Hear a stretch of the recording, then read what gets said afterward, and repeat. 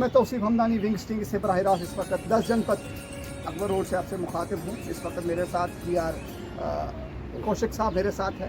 इनसे बात करने की कोशिश करेंगे। जो कर्नाटका की जीत के बाद इनके अंदर जो जोश है, जो वलवला है, उस पर बात करेंगे। सर, इस जीत के बाद क्या कहेंगे आप? देखिए, सबसे पहले तो मैं पूरे देशवासियों को और ख़ास तौर पर कर्नाटक की जनता को बधाई देना चाहता हूँ, जिन्होंने सत्य को समझा और प्रचंड बहुमत से कांग्रेस पार्टी की सरकार बनाई। मैं पूरे देश को और पूरी जनता को और अपने बड़े नेताओं को और कार्यकर्ताओं को सबको शुभकामनाएं देता हूं, जिन्होंने इतनी लगन से कांग्रेस पार्टी को जिताया। और आज हम सब खुश हैं, इतने खुश हैं कि एक जो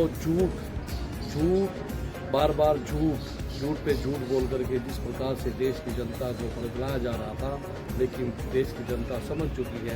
कर्नाटक की जनता ने दिखा दिया है कि झूठ के पांव नहीं होते, सच्चाई में ताकत होती है, और सच्चाई की ताकत को दिखा करके कर्नाटक हमें साबित कर दिया है।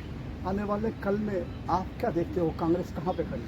देखिए, आने वाले कल में कांग्रेस एक मजबूती के साथ 2024 का चुनाव होगा। निश्चित तौर पर केंद्र के अंदर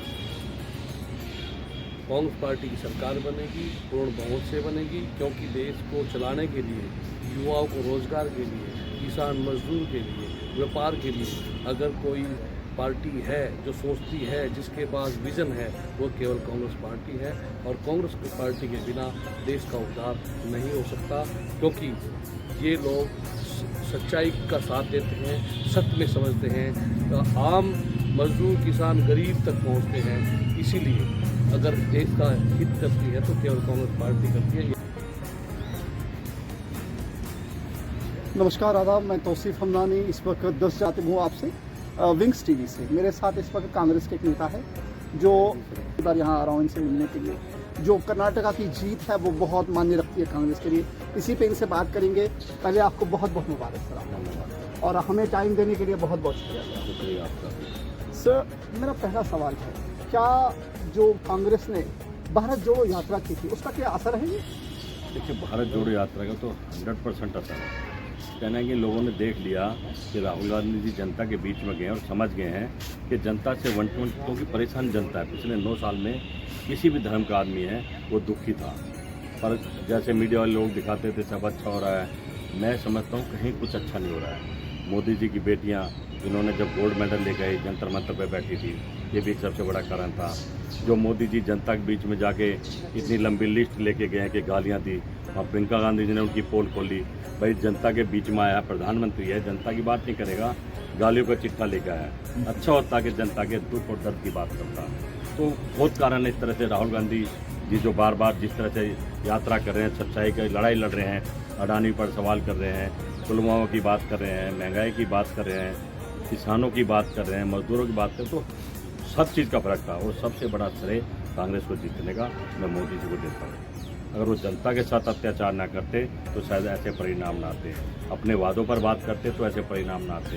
कहना कि देश की जनता को मारना तो जनता समझ गई है, बच्चों को पालना है, रोजगार लेना है, खुशहाल बनना, अच्छे दिन लाने हैं, तो कांग्रेस और राहुल गांधी के समर्थन में ही जाना पड़ेगा। पुलवामा में जवान मारे, सवाल जवाब देने पड़ेंगे। जो किसानों को 800 किसान मार दिए, ये सब जवाब देश की जनता को देने पड़ेंगे।